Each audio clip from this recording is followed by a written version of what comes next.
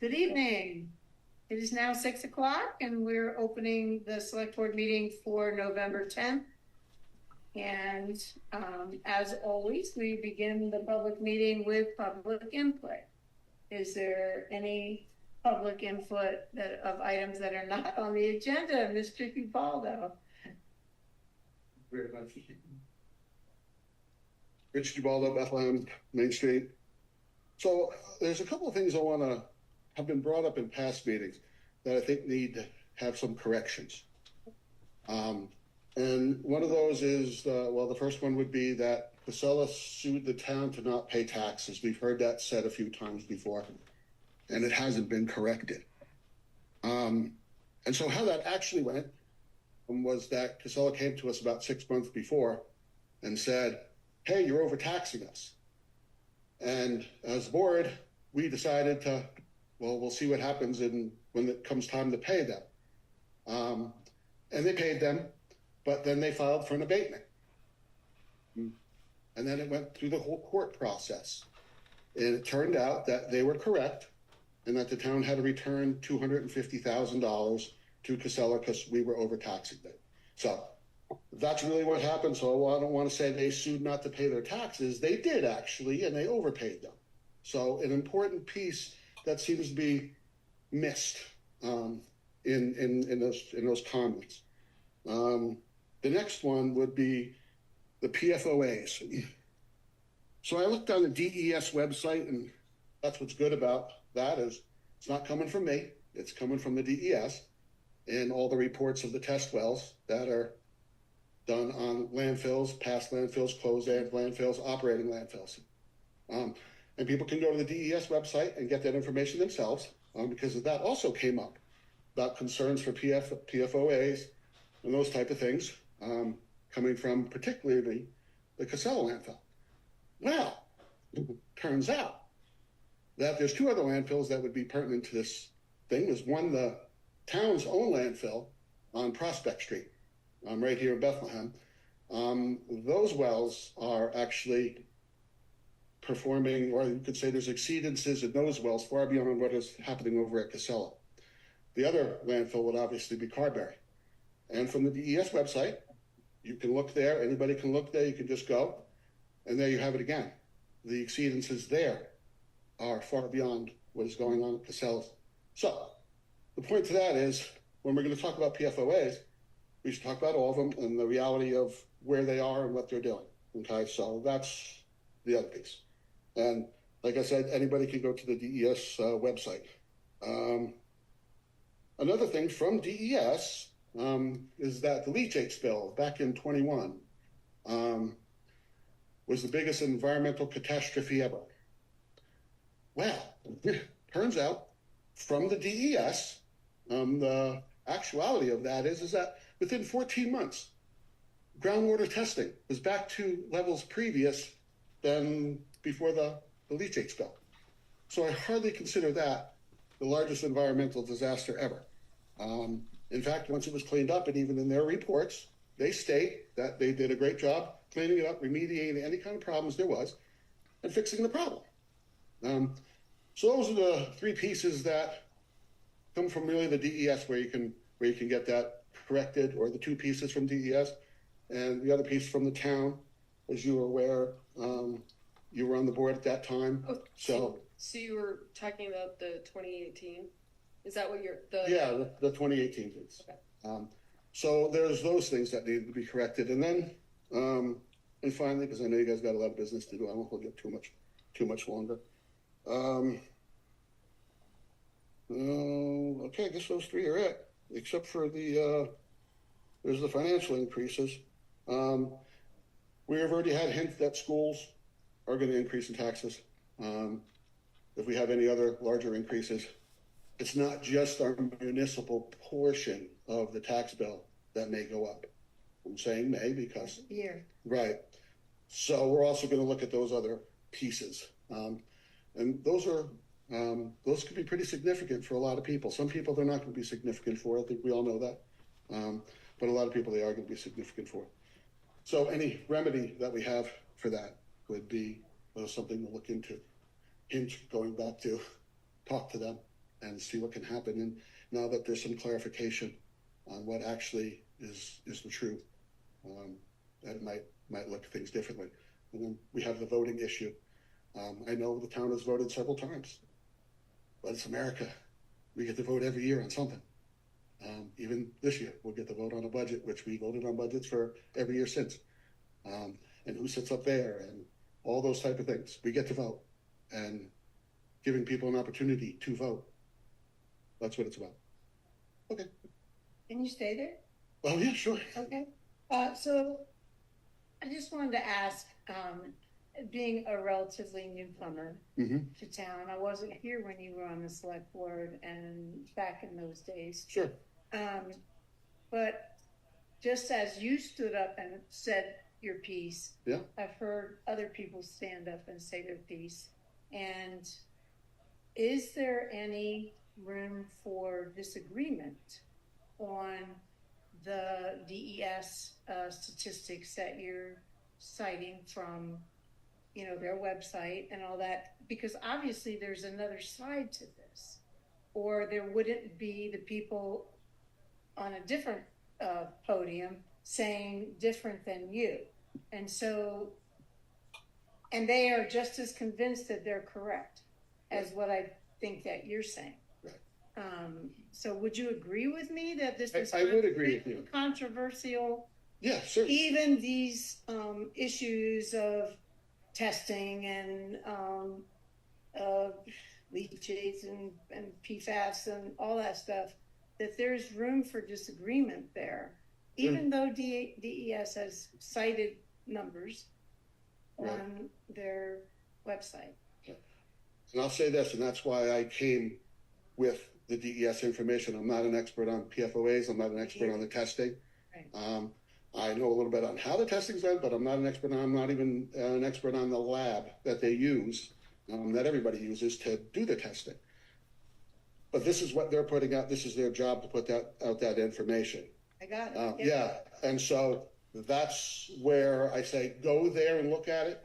I'm giving you the idea of getting there, and just go to the website and you can find it there and you can make your own decisions.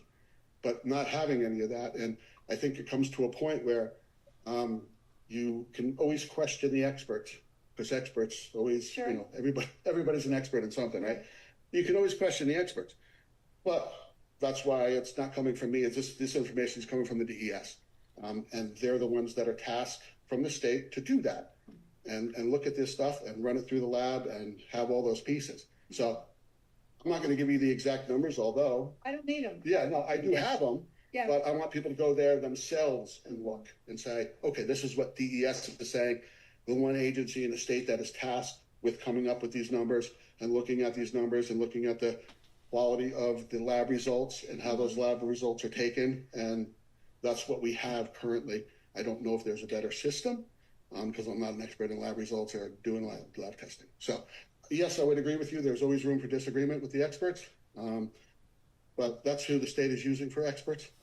And they are going to be in control of a lot of the permitting and all that type of stuff that happens with anything that goes on, even when Carberry needs a new one, or even when we need to have our own transfer station, or whatever the reason may be.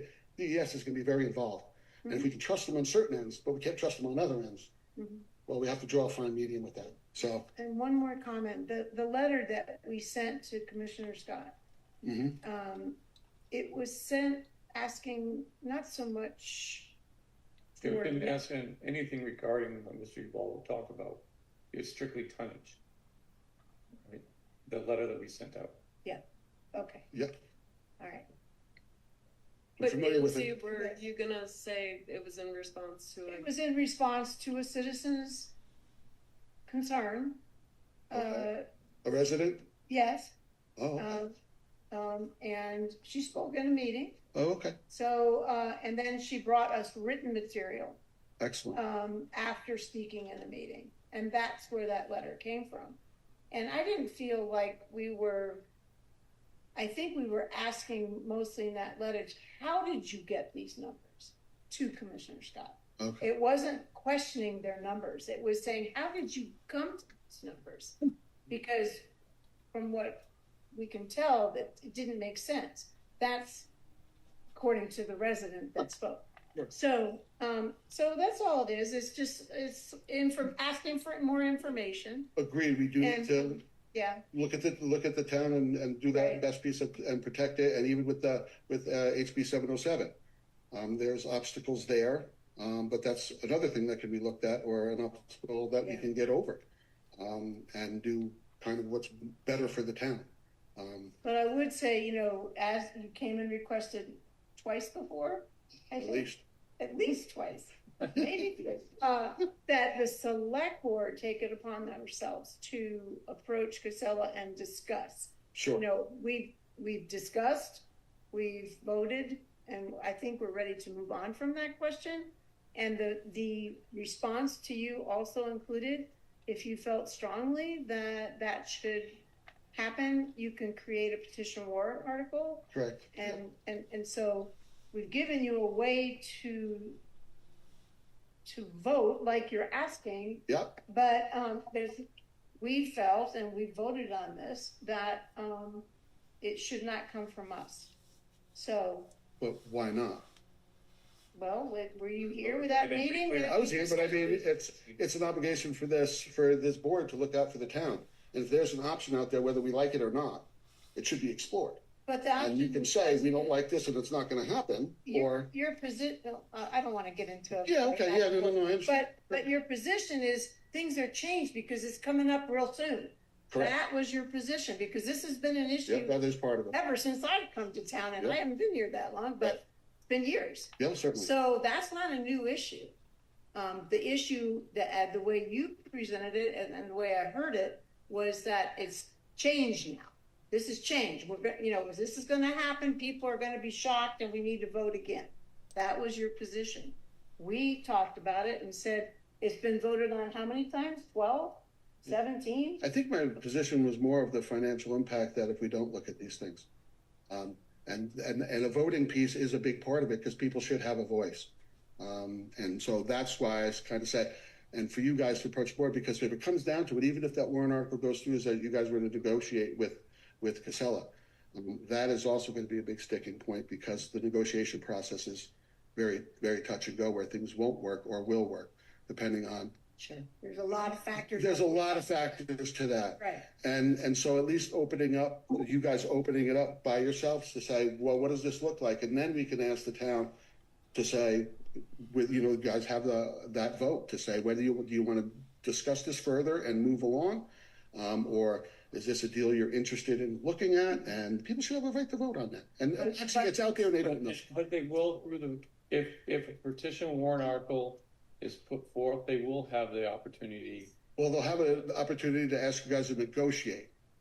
Because However it's written, whatever is put in there. Yeah, there's the sticking point. Yeah.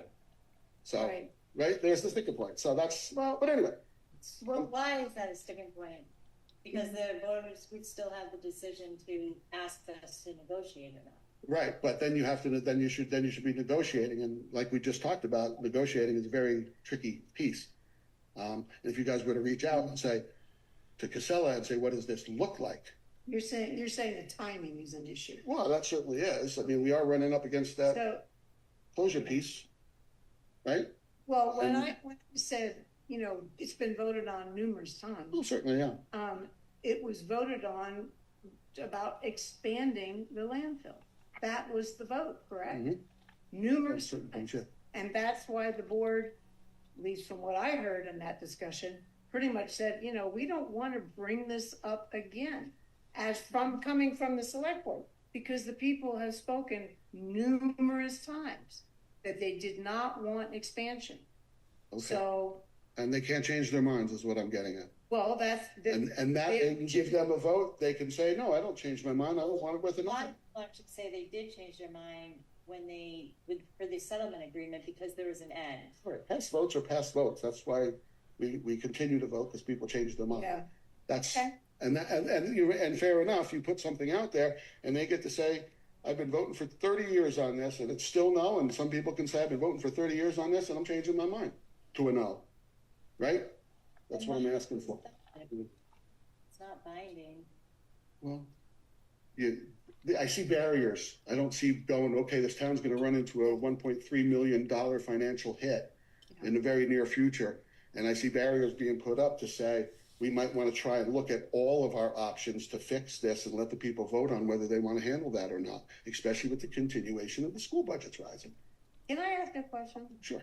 If we had won, for instance, the USDA grant that we applied for, that gave us high marks, we were going to get the money. We didn't get the money. Right. If we had gotten that money, would you be feeling differently about this? No. That's very. So don't quote me the 1.3 million, because you would feel the same whether we got the money or not. Yeah, well, you make it sound like 1.3 million, or the money that we got. Let's say we build the transfer station, but that doesn't include the employees. It doesn't include that. It's adding a department. It's adding a department, exactly, and that's bigger government, which we have to pay money for. And then, of course, we're going to ask the highway department to plow it, or we're going to have to buy a plow truck and the guy that can plow it. On and on it goes. Never mind the fact if you do pay as you throw, it's still $2 a bag or $4 a bag. And if you look around, it's actually more like $5 or $6 a bag. And then our white goods, our mattresses, and all those other things, we will start coming out of our pockets. And right now, currently, we enjoy not having to do that. Yeah. So that's it. Understood. Yeah. Definitely understood. Thank you. Mr. Jensen. I would still like to hear this rehashed again and again. One small item is that Mount Carberry and Trudeau Road might both have PFAS, but only Trudeau Road happens to be next to a river. Not true. Not true. I think I do need to address this, because once Casella closes on the Trudeau Road, Carberry will take our trash, certainly. For how much, we don't know still. And you want to know what's going to happen? Market. The market is going to be there, and when they know we have to drive an hour and a half just to bring it down to another landfill, they are certainly going to change their price. And it says that the Carberry is government owned. Really, it's municipally owned. It's not owned by the federal government. It's owned by 10 towns. And they will make their choice on how much they charge us to bring our trash there. Never mind the hauling. Because when we can't afford it going up there and we can bring it down to Rochester, that's going to be a lot of expense. So a lot of reality checks need to happen. That's all. Any other comments? Mr. Southwell. The Groundhog Day. Rick Southwell, 238 Whitefield. I understand the concerns about the near-term finances, and there's a new department and there's a cost, and there'll be a cost to build. It looks like the government might reopen again. The last deal I saw is that the Department of Agriculture would be open for the entire year and funded. We have a congressional appropriation coming. I saw the letter last night, I looked. So we don't know what it's going to cost us yet. So the 1.3 is a worst case scenario. We've got 300,000 in the kitty, so that gets you down to about $1 million. The other end of this is that everybody in this town who votes lives here and has to drink the water here. And many of the people who live here own property, and they have equity in that property. And if something bad happens at the landfill, or the DES decides that the thresholds that they had for danger are suddenly lower, and now we're in danger, home equity goes down and everybody takes a hit. And since many people have most of their wealth tied up in their home equity, that seems like an enormous risk to be taking. And so I support the board. I'm grateful for the board to push this back on. The voters want to vote. The voters have an avenue to get a vote. Get 25 signatures, get it on there, go out, do your best to get it done. And if you have concerns about the board negotiating with Casella, you probably need to run a couple candidates as well. I think there's degrees of negotiation. I think certain people would like a very easy negotiation with Casella, were that to come to pass. But there's no requirement that they do that. You have to negotiate in good faith, which does not mean you don't negotiate hard. And so it may cost Casella a lot of money if they ever get that far, which I pray that they don't. Thank you. Thanks. Any further public input? All right, we'll move on